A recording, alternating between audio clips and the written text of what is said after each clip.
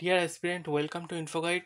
আজকের ভিডিওয়ে আমরা বাঁকুড়া ডিস্ট্রিক্ট জাজের পক্ষ থেকে 22শে মে যে নতুন নোটিফিকেশান পাবলিশ করা হয়েছে সেই বিষয়ে আলোচনা করব। তো তোমরা শুরু থেকে শেষ অবধি ভিডিওটা মন দিয়ে দেখো। কোথায় কি কি প্রয়োজনীয় বিষয়গুলো জানানো হয়েছে সেই সেই ব্যাপারে আজকে এই ভিডিওতে ডিসকাশন করা হবে। ফার্স্ট যেটা নিয়ে আমরা আলোচনা করব সেটা হচ্ছে ভ্যাকান্সি তোমরা দেখতে পাচ্ছ যে 5টা পোস্টের জন্য ভ্যাকান্সি দেওয়া হয়েছে। ফার্স্ট যেটা আপার ডিভিশন ক্লার্ক, যেখানে কিনা 9টা ভ্যাকান্সি আছে। লোয়ার ডিভিশন ক্লার্কে 39টা ভ্যাকান্সি আছে। সিল বেলিফে 3টে, প্রসেস সার্ভারে 9টা এবং গ্রুপ ডিতে 39টা ভ্যাকান্সি আছে। অর্থাৎ তোমরা যদি লোয়ার ডিভিশন ক্লার্ক এবং গ্রুপ ডি পোস্টটা দেখো, সেখানে বেশ কিছু সংখ্যক ভ্যাকান্সি আছে এবং বাকিগুলোতে খুবই কম ভ্যাকান্সি আছে। তো তোমরা তোমাদের প্রয়োজন অনুযায়ী সেই পোস্টে আবেদন করো। নেক্সট আমরা যেটা নিয়ে আলোচনা করব সেটা হচ্ছে লেভেল অফ পে। তো তোমরা দেখতে পাচ্ছ যে আপার ডিভিশন ক্লার্কের পে লেভেলটা 9 আর লোয়ার 6, সিল বেলিফ এটাও 6 আর প্রসেস সার্ভার 5 এবং গ্রুপ ডিতে পে লেভেল 1। নেক্সট হচ্ছে এলিজিবিলিটি অফ এজ। এই পোস্টগুলোতে অ্যাপ্লাই করার জন্য ক্যান্ডিডেটকে 18 থেকে 40 এই বয়স সীমার মধ্যে থাকতে হবে। এছাড়া যাদের কাস্ট আছে তারা বেশ কিছু রিল্যাক্সেশন পাবে। এসেন্সিয়াল কোয়ালিফিকেশানের ক্ষেত্রে আপার ডিভিশন ক্লার্কে বলা আছে যে ক্যান্ডিডেটকে গ্র্যাজুয়েট হতে হবে। এছাড়া কোনো একটা রিকগনাইজড ইনস্টিটিউট থেকে একটা কম্পিউটার ট্রেনিংয়ের সার্টিফিকেট থাকতে হবে। নেক্সট লোয়ার ডিভিশন ক্লার্ক এবং সিল বেলিফ এই পোস্টের জন্য ক্যান্ডিডেটকে মাধ্যমিক পাস হতে হবে এবং এখানেও একটা কম্পিউটার ট্রেনিং সার্টিফিকেট তার কাছে থাকতে হবে। গ্রুপ ডি পোস্টের জন্য যে সমস্ত অ্যাসপিরেন্টরা অ্যাপ্লাই করবে তাদেরকে 8 পাস হতে হবে। সেটা কোথা থেকে না, যে কোনো স্কুল, মাদ্রাসা বা কোনো একটা রিকগনাইজড ইকুইভ্যালেন্ট ইনস্টিটিউশন থেকে 8 পাস হলেই এই গ্রুপ ডি পোস্টের জন্য অ্যাপ্লাই করা যাবে। মোড অফ এক্সামিনেশান, কীভাবে এক্সামটা নেওয়া হবে।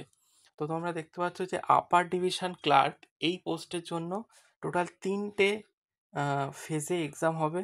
ফার্স্ট ফেজে 100 নম্বরের এক্সাম, যেখানে প্রত্যেকটা প্রশ্নের মান 2 করে এবং প্রশ্ন সংখ্যা 50। নেগেটিভ মার্কিং থাকছে 1 নম্বরে এবং যে সিলেবাস থাকছে সেটা হচ্ছে কি না, ইংলিশ থাকছে, জেনারেল নলেজ থাকছে, কারেন্ট অ্যাফেয়ার, রিজনিং থাকছে, কোয়ান্টিটিভ অ্যাপটিটিউড থাকছে। ফেজ 2তে কী বলা আছে না, computer proficiency, work management and writing skill এই জিনিসগুলো চেক করা হবে এবং তার জন্য নম্বর থাকছে 100 নম্বর, যেখানে একটা ক্যান্ডিডেটকে report, letter writing, paragraph writing, precis writing এই সমস্ত টপিকের উপর তাকে ডেসক্রিপটিভ মোডে এক্সাম দিতে হবে এবং তার সময় থাকছে কত, 2 ঘন্টা করে।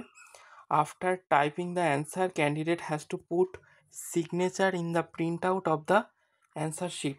অর্থাৎ এগুলো কম্পিউটারে টাইপ করে তাদেরকে আনসার দিতে হবে এবং প্রিন্ট আউট নেওয়ার পর তাতে একটা সিগনেচার করে তাদেরকে সাবমিট করতে হবে।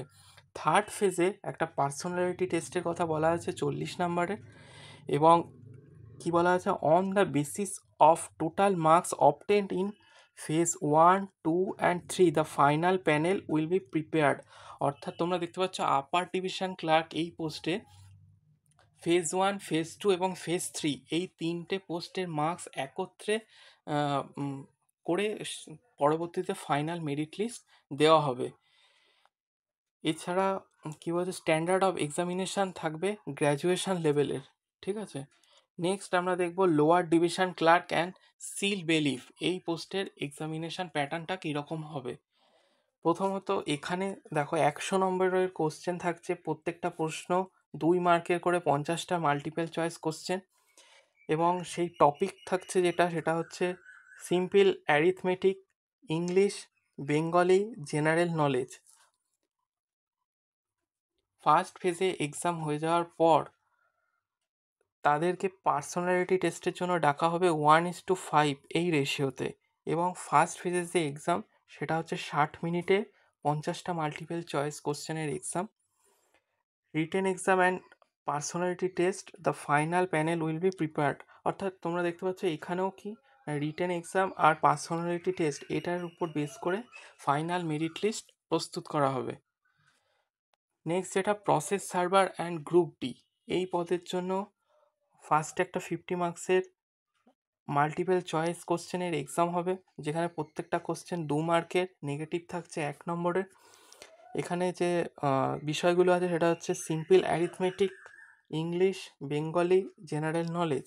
এখানেও দেখো 60 মিনিটের এক্সাম, 50টা কোশ্চেন। এবং সেকেন্ড ফেজে গিয়ে যে পার্সোনালিটি টেস্ট হবে সেখানে 1:5 রেশিওতে ডাকা হবে। The standard of the examination shall be similar to the class 8। অর্থাৎ এই process server and group D এই পোস্টের যে এক্সামের স্ট্যান্ডার্ড সেটা হচ্ছে ক্লাস 8 পর্যন্ত। আর এর আগে যে লোয়ার ডিভিশন আমরা দেখলাম সেখানে হচ্ছে স্ট্যান্ডার্ড মাধ্যমিক লেভেল, আর আপার ডিভিশনের ক্ষেত্রে যে স্ট্যান্ডার্ড থাকছে সেটা হচ্ছে গ্র্যাজুয়েশন লেভেল। এছাড়া অ্যাপ্লাই করার ক্ষেত্রে যে বিভিন্ন কাস্ট এবং স্পোর্ট পার্সন যারা আছেন তাদের যে বিষয়বস্তুগুলো সেগুলো এখানে দেওয়া আছে। আপনারা দেখে নেবেন কোন কোন অর্গানাইজেশন এবং অথরিটি থেকে সেই সার্টিফিকেটগুলো আপনাদের সাবমিট করতে হতে পারে। নেক্সট যে এক্সাম ফিজের কথা বলা আছে, যে আপার ডিভিশন ক্লার্কের ক্ষেত্রে ইউআর যারা আছেন তাদের 500, লোয়ার ডিভিশনে 300, সিল বেলিফে 300, প্রসেস সার্ভারের ক্ষেত্রে 200 এবং গ্রুপ ডির ক্ষেত্রে ফিজ হচ্ছে 200। এই যে এক্সামটা যে তোমরা ফর্ম ফিল আপ করবে এটা তোমরা অনলাইন মোডে করবে। অর্থাৎ এই ভিডিও ডেসক্রিপশানে আমি সেই অফিসিয়াল ওয়েবসাইটের লিঙ্কটা দিয়ে দেবো, সেখান থেকে গিয়ে তোমরা অ্যাপ্লাই করতে পারো। এবং অ্যাডমিট কার্ড দেওয়া হবে কখন না, 2 সপ্তাহ আগে তোমরা এই এক্সামে অ্যাডমিট কার্ড পেয়ে যাবে। আর কি বলা আছে,